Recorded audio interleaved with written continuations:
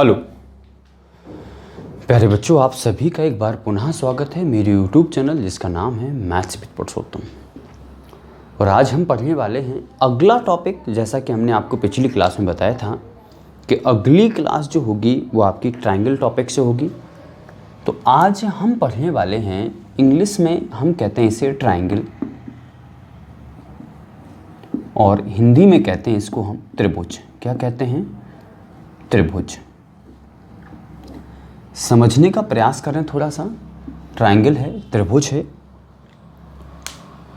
आज इसकी बेसिक जानकारी के बारे में पढ़ते हैं कि ट्रायंगल की कंडीशंस क्या क्या होती हैं, बनने की कंडीशंस क्या क्या होती हैं, कब ट्रायंगल बनेगा, कब ट्रायंगल नहीं बनेगा। तो इन सारी चीज़ों के बारे में हम पढ़ने वाले हैं।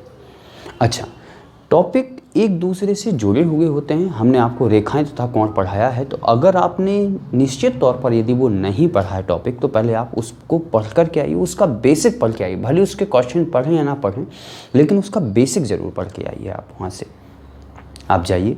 मैंने प्रत्येक टॉपिक की चैनल पर प्लेलिस्ट बना के रखी हुई हैं। आप जाएँ, रेखा तथा कोण की पहली 3 या 4 वीडियो आप देख लें, आपके पास बेसिक भरपूर हो जाएगा। तो शुरुआत करते हैं ट्रायंगल टॉपिक की। और जैसा कि आप अवगत हैं इस चीज़ों से कि एडवांस मैथ चल रही, तो एडवांस मैथ में रेखा तथा कोण हम आपको पढ़ा चुके हैं। अगला जो टॉपिक है हमारा वो है ट्रायंगल। ट्रायंगल यानी त्रिभुज। ध्यान देना, त्रिभुज की जो परिभाषा होती है वो ये होती है, त्रिभुज की परिभाषा ये है, 3 सरल रेखाओं, 3 सरल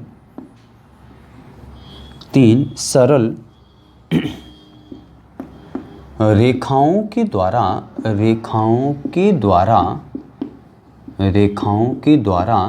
घिरी आकृति को हम क्या कहते हैं? घिरी आकृति को क्या कहते हैं? त्रिभुज कहते हैं। घिरी आकृति को त्रिभुज कहते हैं। प्यारे बच्चों, ध्यान देना, आप समझ चुके होंगे त्रिभुज के बारे में। त्रि और भुज, भुज मीन्स क्या होता है? भुजाएं होता हो। त्रि मीन्स 3 होता है, मतलब निश्चित तौर पर 3 भुजाएं इसमें पाई जाती हैं। मैं कह सकता हूं कि 3 भुजाओं से घिरी हुई आकृति को हम क्या कहते हैं? त्रिभुज कहते हैं। इस तरीके से इसकी आकृति होती है। ध्यान देना, इसमें 3 भुजाएं पाई जाती हैं। कितनी भुजाएं होती हैं? 3 भुजाएं। एक ये है जिसका नाम हमने दे दिया है ए, बी और सी।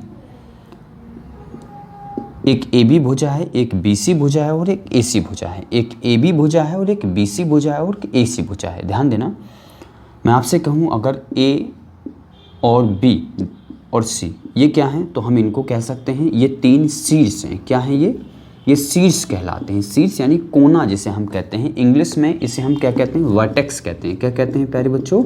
वर्टेक्स कहते हैं। ध्यान देना, इन्हें हम इंग्लिश में वर्टेक्स कहते हैं, हिंदी में शीर्ष कहते हैं। ए बी सी क्या है? तीनों के तीनों क्या है? शीर्ष हैं। ध्यान देना। और ए बी क्या है? ए बी एक रेखा है, भुजा है। बी सी एक भुजा है और ए सी भी एक क्या है? भुजा है। ये तीनों क्या है? हमारे लिए भुजाओं का काम कर रही हैं, यानी भुजाएं हैं ये हमारे लिए। आगे अगर हम देखें, ये हमारे लिए भुजाएं हो चुकी हैं। अगर हम देखें कोण, तो कोण को हम इस तरीके से बोल सकते हैं, कोण ए। इसका नाम जो होगा हम इस तरीके से भी ले सकते हैं कि कोण ए। अदरवाइज इसका जो नाम होगा हम इसका नाम बी ए सी भी लिख सकते हैं। क्या लिख सकते हैं? बी ए सी। जिस कोण की बात हो रही है उसे कहाँ मध्य में आना चाहिए, इसे हम बी ए सी भी बोल सकते हैं। कोण जो बी होता है, बी का नाम अगर हम चाहें तो बी का नाम क्या लिख सकते हैं? ए बी सी भी लिख सकते हैं, सी बी ए भी लिख सकते हैं। ध्यान देना, इसे बस मिडिल में आना चाहिए, तो इसका नाम हम क्या लिख सकते हैं? एंगल ए बी सी भी लिख सकते हैं। एंगल अगर हम सी की बात करें तो कितना आ जाएगा? एंगल ए सी बी आ जाएगा। ध्यान देना, ये तीनों क्या हैं? हमारे लिए कोण कहलाते हैं। क्या कहलाते हैं? कोण कहलाते हैं। इन्हें हम क्या कहते हैं? एंगल में, हिंदी में एंगल कहते हैं। क्या कहते हैं प्यारे बच्चों? एंगल कहते हैं। चलिए आगे बढ़ते हैं और देखते हैं। त्रिभुज के हमने 3 शीर्ष जाने हैं, 3 भुजाएं जानी हैं, 3 कोण जाने हैं। अब जो अगली कंडीशन होती है वो ये कंडीशन है, महत्वपूर्ण कंडीशन है कि त्रिभुज के तीनों कोणों का योग, त्रिभुज के तीनों कोणों का योग, तीनों कोणों का योग 180 डिग्री होता है। कितना होता है प्यारे बच्चों? 180 डिग्री होता है। सभी ने पढ़ा होगा, आप भी अगर वीडियो देख रहे हैं तो थोड़ा सा एक बार सोचने की कोशिश करो कि क्या हमने पढ़ लिया है कि त्रिभुज के तीनों कोणों का योग 180 होता है। अगर कोई हमसे ये बोल दे कि भाई कैसे होता है, सिद्ध करके दिखाओ, यानी आप प्रूफ करके दिखाएं, तो क्या आप कर पाएंगे? एक बार आप अपने आप से पूछें, क्या इसको आप सिद्ध कर पाएंगे या नहीं कर पाएंगे, या आप अपने आप से ज़रूर पूछिएगा।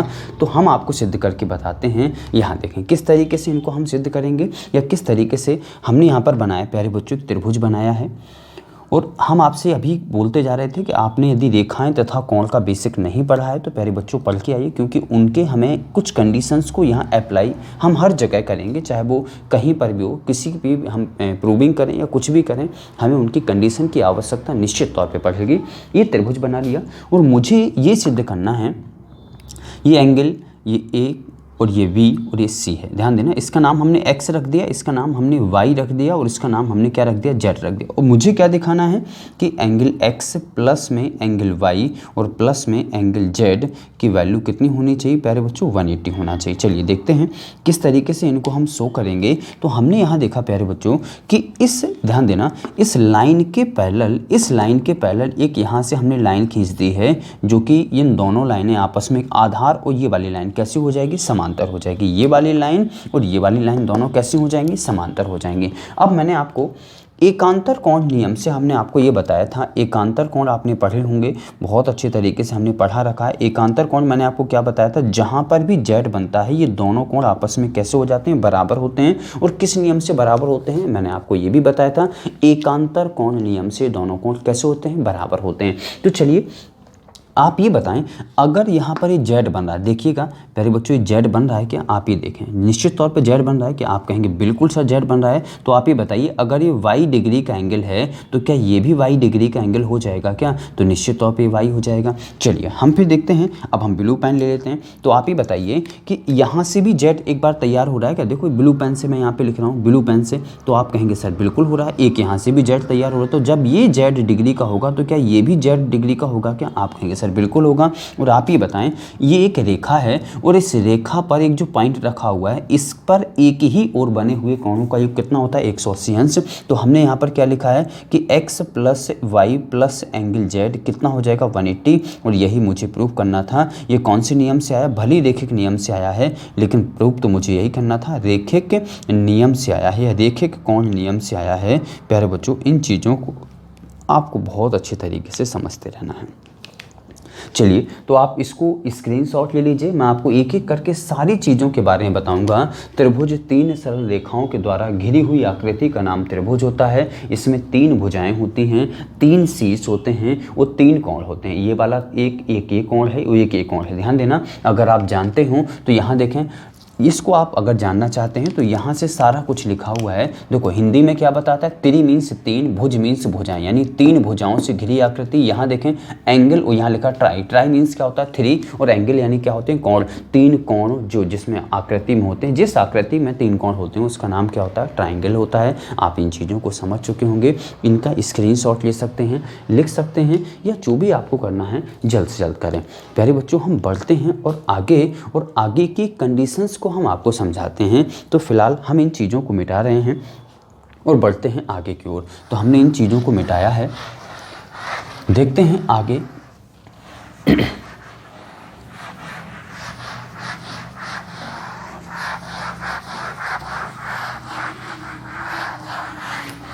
चलिए देखते हैं अगली कंडीशंस क्या है। सबसे पहले अगर आपसे पूछ लिया जाए, चलिए अगली कंडीशंस लिखते हैं। त्रिभुज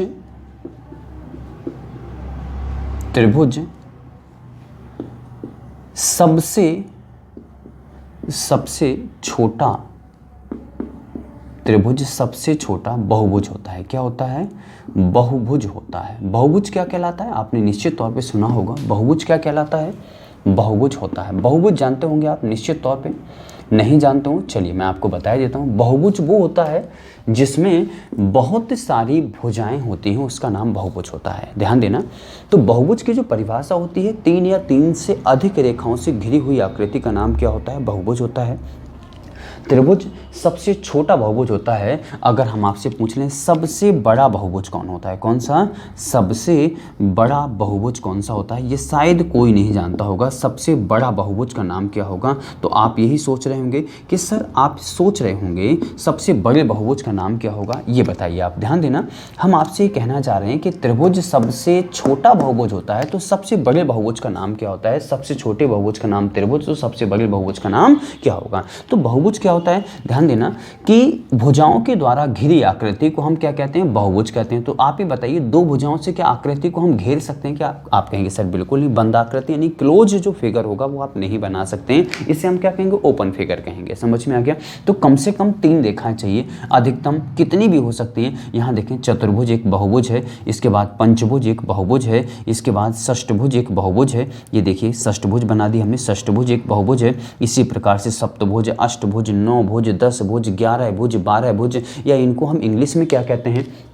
triangle, quadrilateral, pentagon, hexagon, heptagon, octagon, nonagon, decagon, इसी तरीके से आगे इनको हम क्या करते रहते हैं? बढ़ाते रहते हैं। ध्यान देना, अब आपने ये देखा होगा, आप जो एक प्रश्न हमने पूछा है कि सबसे बड़ा बहुभुज, प्यारे बच्चों मैं हमेशा कहता हूँ आपसे कि अगर आपको मैं किसी भी प्रश्न के बारे में पूछता हूँ तो थोड़ा सा वीडियो को पॉज करके जरूर सोचा करो उसके बारे में, अन्यथा मैं तो आंसर उसका बताऊँगा, निश्चित तौर पर बताऊँगा, ठीक है ना, क्योंकि मैं ये चाहता हूँ कि कोई भी प्रश्न आपके दिमाग में खाली न रह जाए। लेकिन थोड़ा सा आप अगर सोचेंगे, वो अगर आपको आ जाएगा ना, तो आपको वो खुशी मिलेगी जिसका केवल आप ही अंदाज लगा पाएंगे, ठीक है ना। तो हम ये बता रहे हैं सबसे बड़ा बहुभुज कौन होता है, तो चलिए हम बताते हैं आपको। सबसे बड़े बहुभुज का जो नाम होता है, चलिए ये कौन सा है? षष्ठभुज है। इसके बाद बनाते हैं सप्तभुज। ध्यान देना, एक भुजा, दूसरी भुजा, तीसरी भुजा, चौथी भुजा, पांचवी भुजा, छठवीं भुजा, ये सातवीं भुजा हो गई, ठीक है ना।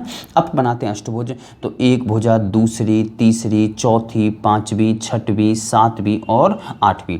ध्यान देना, इसी तरीके से 9 भुजाएं वाला, तो एक भुजा, दूसरी भुजा, तीसरी, चौथी, पांचवी, छठवीं, सातवीं, आठवीं, 9वीं और 10वीं, ये 10 भुज हो गया। तो सबसे बड़े बहुभुज का नाम क्या होता है? मैं यहाँ पे लिख देता हूँ, सबसे बड़े बहुभुज का नाम है वृत्त। इसे हम इंग्लिश में क्या कहते हैं? सर्किल नाम कहते हैं। क्या कहते हैं? सर्किल नाम है इसका। क्या नाम है? सर्किल नाम है।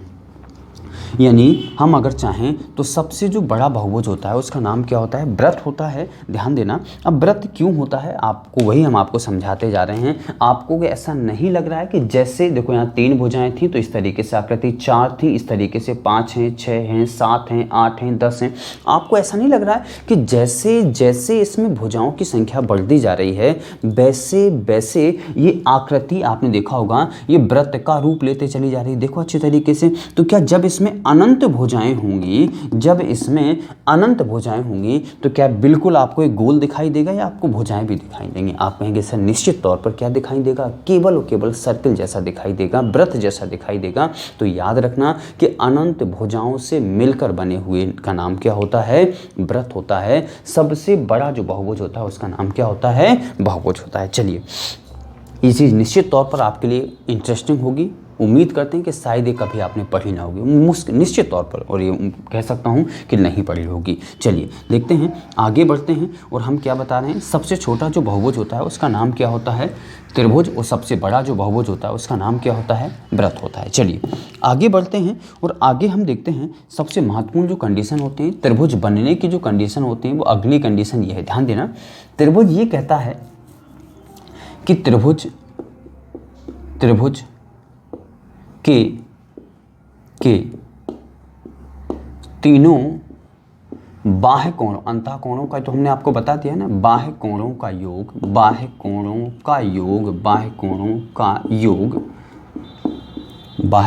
योग 360 डिग्री होता है। वैसे आपको पता होगा कि सर कोई भी आकृति हो सभी का होता है, लेकिन हम आपको त्रिभुज बता रहे हैं तो अभी केवल त्रिभुज के बारे में। चतुर्भुज का भी वही होता है 360, पंचभुज में, षष्ठभुज में, सभी के किसी भी आकृति यानी किसी भी बहुभुज के सभी बाह्य कोणों का योग फिक्स होता है 360। तो त्रिभुज का भी होगा, कितना होता है? 360 होता है। किस तरीके से? यहाँ देखें, ये हम अगर आपको यहाँ त्रिभुज बना दें तो त्रिभुज में सबसे बड़ी, हमने आपको क्या बोला? बाह्य कोण। बाह्य कोण क्या कहलाता है? किसी भी एक भुजा को आगे बढ़ाने पर ये जो कोण बनेगा इसका नाम बाह्य। इसमें यहाँ बढ़ा दें तो ये वाला कोण बाह्य, इसमें यहाँ बढ़ा दें ये वाला कोण बाह्य। तो इन तीनों कोणों का योग कितना होता है? 360 डिग्री होता है, फिक्स होता है। चलिए कैसे? चलिए हम मान लेते हैं हमने यहाँ पे माना हुआ है, चलिए ये डिग्री है, पहले तो 50 डिग्री का कोण है, ये कौन सा है 60 डिग्री का कोण है, और ये कितना है 70 डिग्री का कोण है। ध्यान देना, पहले इन तीनों कोणों का योग 180 हो जाने दीजिए। इनको आप जोड़ कर देखें क्या 180 होता है क्या? आप कहेंगे सर बिल्कुल होता है, 180 होगा तो ये त्रिभुज कंप्लीट होगा। तो हमने देखा जब अगर ये 50 डिग्री का कोण है तो ये वाला इस तरफ का कोण कितना निकलेगा? आप कहेंगे सर 130 होगा। ये 60 है तो इसका कोण कितना होगा? 120 होगा। ये 70 है तो इस तरफ का कितना होगा? 110 होगा, क्योंकि इन दोनों का योग 180, इन दोनों का योग 180, इन दोनों का योग 180। बाह्य कोण निकालते हैं तो एक हो गया 130 का, एक हो गया 120 का, एक हो गया 110 का, और इन तीनों को अगर आप जोड़ देंगे तो प्यारे बच्चों 360 आएगा। जोड़ के देख लीजिए। इसलिए हम कहते हैं कि त्रिभुज के तीनों बाह्य कोणों का जो योग होता है वो कितना होता है? 360 डिग्री होता है। इन सब चीज़ों को आप सभी को याद रखना है। चलिए अब बढ़ते हैं। फिलहाल हम फिगर मिटा रहे हैं, नोट आपके पास लिखा हुआ है, फिगर हम आप ले सकते हैं, स्क्रीनशॉट ले सकते हैं, पूरा फिगर आपको दिख रहा होगा। चलिए हम बढ़ते हैं आगे और अगला पॉइंट लिखते हैं। अगला पॉइंट क्या है प्यारे बच्चों, ये हम देख लेते हैं। अगला पॉइंट ये है कि ये महत्वपूर्ण है, ध्यान देना कि त्रिभुज, अगला पॉइंट ये है त्रिभुज की किन्हीं दो भुजाओं का योग, ध्यान देना त्रिभुज की किन्हीं दो भुजाओं का योग हमेशा, त्रिभुज की किन्हीं दो भुजाओं का योग हमेशा तीसरी भुजा से अधिक होता है। क्या होता है? तीसरी भुजा से अधिक होता है। तीसरी भुजा से अधिक होता है, अधिक होता है। इस पर बेस्ड कई बार क्वेश्चन टीईटी पूछ सका है, कई बार छोटे लेवल के एग्जाम ज़्यादा पूछते हैं। इस पर बेस्ड क्वेश्चन निश्चित तौर पे पूछ चुका है कि त्रिभुज के किन्हीं दो भुजाओं का योग हमेशा तीसरी भुजा से बड़ा होता है। और अगला नोट हम यहाँ पे लिख रहे हैं। अगला नोट क्या है कि त्रिभुज की किन्हीं दो भुजाओं का अंतर, दो भुजाओं का, उसमें योग था, इसमें क्या है? अंतर है। दो भुजाओं का अंतर हमेशा तीसरी भुजा से अधिक होता है। तीसरी भुजा से अधिक होता है। तीसरी भुजा से अधिक होता है। चलिए देखते हैं। सबसे जो दूसरा नंबर रेड कलर का जो पॉइंट लिखा हुआ है इसके बारे में हम समझते हैं, थोड़ा सा डिटेल जानकारी लेते हैं, देखते हैं क्या है वो पॉइंट। हम देखते हैं ये लिखा गया है। सबसे पहले तो आपके पास इस तरीके से क्वेश्चन आते हैं, मान लीजिए हम यहाँ पर लिख दें कि 13 और 6 और यहाँ लिख दिया 9। मैं आपसे कह सकता हूँ ये त्रिभुज की तीन भुजाएं हैं, तो वो आपसे ये पूछता है कि इन तीनों भुजाओं से मिलकर के त्रिभुज बनेगा या नहीं बनेगा, और बनेगा तो कौन सा त्रिभुज बनेगा ये भी मैं आपको बता दूंगा कि यदि बनता भी है त्रिभुज तो कौन सा बनता है। ये सब पाइथागोरस आपने निश्चित तौर पर सुना होगा। बोले पाइथागोरस थ्योरम कौन से त्रिभुज में लागू होती है? आप सभी का आंसर 100% गारंटी से मैं कह सकता हूँ सभी का आंसर होगा, बोले सर समकोण त्रिभुज में। अरे पाइथागोरस थ्योरम समकोण त्रिभुज में लागू होती है, ऐसा आपने किसने बोल दिया है? ऐसा किसने बोल दिया आपसे? ऐसा बिल्कुल, जैसे कि हमने यहाँ पर तीन भुजाएं ली हुई हैं, ध्यान देना किसी त्रिभुज की 13, 6 और 9। आपसे ये प्रश्न पूछ लिया जाता है निश्चित तौर पर कि इनसे त्रिभुज बनेगा या नहीं बनेगा, निश्चित तौर पर, और बनेगा तो फिर कौन सा बनेगा, ठीक है ना। जैसे अभी हमने आपको थोड़ी देर पहले जिक्र किया है कि समकोण त्रिभुज कौन से जो पाइथागोरस थ्योरम होती है वो कौन से त्रिभुज में अप्लाई होती है। निश्चित तौर पर डेफिनेटली आपका आंसर होना चाहिए समकोण त्रिभुज में लागू होती, बट मैं कहूँगा ये गलत आंसर है। समकोण त्रिभुज में नहीं लागू होती है। अभी क्यों, किस में लागू होती है उसके बारे में मैं आपको ज़रूर बताऊंगा, थोड़ा सा आप हमारे साथ बने रहिएगा। तो पहले तो हम इनसे ये बता रहे हैं कि त्रिभुज बनेगा या नहीं बनेगा, कौन सा बनेगा ये हम आपको अगली वीडियो में बताएंगे, अभी नहीं बताएंगे, थोड़ा सा क्रम से चलते हैं। तो यहाँ पर जो लिखा है हमने तीन भुजाएँ ली हैं, तो सबसे पहले किन्हीं दो को जोड़ के हम देखते हैं तो कितना लिखा हुआ 13 प्लस में 6 और फिर हमने जोड़ा है 6 प्लस 9, फिर हम ऐड करते हैं 13 प्लस 9। ध्यान देना अब अगर हमने यहाँ पर 13 और 6 को ऐड किया तो अदर कौन सी साइड बची है 9, ध्यान देना। यहाँ 6 और 9 को ऐड किया तो अदर साइड कौन सी बची है 13, यहाँ 13 और 9 को ऐड किया तो अदर साइड कौन सी बची है 6, ये हमने यहाँ पे लिखा है। निश्चित तौर पर वो ये कहता है कि त्रिभुज की किन्हीं दो भुजाओं का जो योग होता है वो हमेशा तीसरी भुजा से कैसा होना चाहिए, अधिक होना चाहिए। तो यहाँ पर आप जोड़ के देखें 13 और 6 कितना हो जाएगा 19, 9 से अधिक होता है, डेफिनेटली सही है। आगे चलें 6 और 9 15, 13 से अधिक होता है, डेफिनेटली सही है। 13 और 9 कितना हो जाएगा प्यारे बच्चों 22, 6 से अधिक है, डेफिनेटली सही है। मतलब ये कह सकते हैं कि इन तीनों भुजाओं से निश्चित तौर पर एक त्रिभुज का निर्माण हो सकता है, यानी त्रिभुज बन सकता है। ध्यान देना।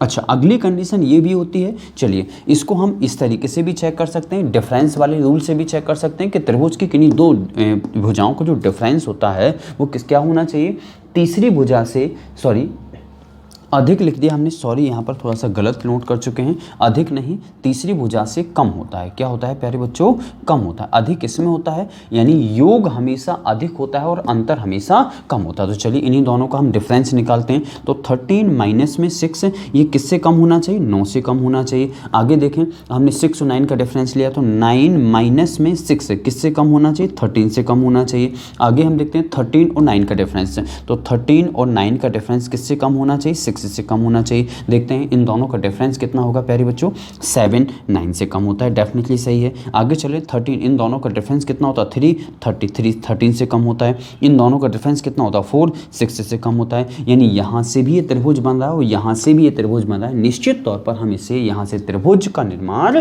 कर सकते हैं, डेफिनेटली निर्माण कर सकते हैं। तो इस तरीके से निश्चित तौर पर एक क्वेश्चन पूछा जाता है टीईटी लेवल के एग्जाम में कि इन तीनों भुजाओं से त्रिभुज बन सकता है या नहीं बन सकता है। चलिए अब हम एक ऐसा एग्जाम्पल ले रहे हैं जिससे त्रिभुज नहीं बन सकता है। देखते हैं, हम आपको कई लॉजिक उसके बता देंगे। हमने एक एग्जाम्पल ये लिया हुआ है, जैसे कि मैं लिख रहा हूँ यहाँ पे फॉर एग्जाम्पल, एक साइड से ले ली हमने 18 और एक साइड से लिए हमने 6 और एक साइड लिए हमने फॉर एग्जाम्पल 11। वो मैं आपसे कह रहा हूँ कि इन तीनों से एक ट्रायंगल बन सकता है या नहीं बन सकता। तो मैं यहाँ देख रहा हूँ, हमने यहाँ पर क्या देखा है, मैं योग वाली कंडीशन लगा रहा हूँ, यानी ये रेड वाला जो रूल है, यानी थर्ड रूल है, वो क्या होता है 18 प्लस में 6 किससे ग्रेटर होना चाहिए, 11 से ग्रेटर। तो आप इनको ग्रेटर करके देखें, ये कितना होता है 18 और 6 कितना हो जाएगा 24, 11 से अधिक होता है, बिल्कुल सही है। आगे इन दोनों को ऐड करके देखें तो कितना हो जाएगा 6 प्लस 11 किससे ग्रेटर होना चाहिए, 18 से ग्रेटर होना चाहिए। अगर ये दोनों साइड से है तो इससे ग्रेटर होना चाहिए, इन दोनों को लिया है तो इससे ग्रेटर होना चाहिए,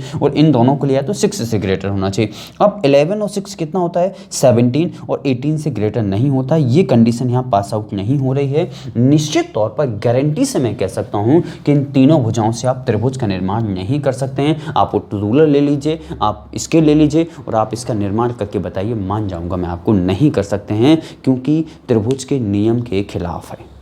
और जब त्रिभुज के नियम के खिलाफ है तो यहाँ से आप ट्रायंगल का निर्माण नहीं कर पाएंगे। निश्चित तौर पर उसने मना कर दिया कि यहाँ पर ट्रायंगल नहीं बनेगा। सिंपल सी बात है भैया, मैं आपसे सिंपल सी बात ये कह रहा हूँ, जैसे फॉर एग्जांपल एक शहर ए है, एक शहर बी है और एक शहर सी है। ध्यान देना, इन ए से बी की जो डिफरेंस है, ध्यान देना, मैं आपसे ये कहूँ इसकी डिफरेंस, इसकी एक ये शहरों के नाम है ए बी सी और इसकी डिस्टेंस है फॉर एग्जांपल मैंने आपसे कह दिया 20 किलोमीटर, इसकी डिस्टेंस है 20 किलोमीटर। ध्यान देना, तो दोनों से अगर हम बी से लेकर के सी तक जाते हैं, ध्यान देना, तो एक रास्ता तो ये है कि हम बी से अगर एक सी पे जाएं तो ए से होकर जा सकते हैं या डायरेक्ट बी से सी जा सकते हैं। तो आप ये बता दीजिए कि अगर हम बी से सी पर जाना है और अगर हम ए से होकर जाते हैं तो कितना पड़ता है 20 40 किलोमीटर होता है। तो मैं इतना तो गारंटी से कह सकता हूं ना कि 40 से यहां से डायरेक्ट की जो डिस्टेंस होगी वो 40 से कम होगी।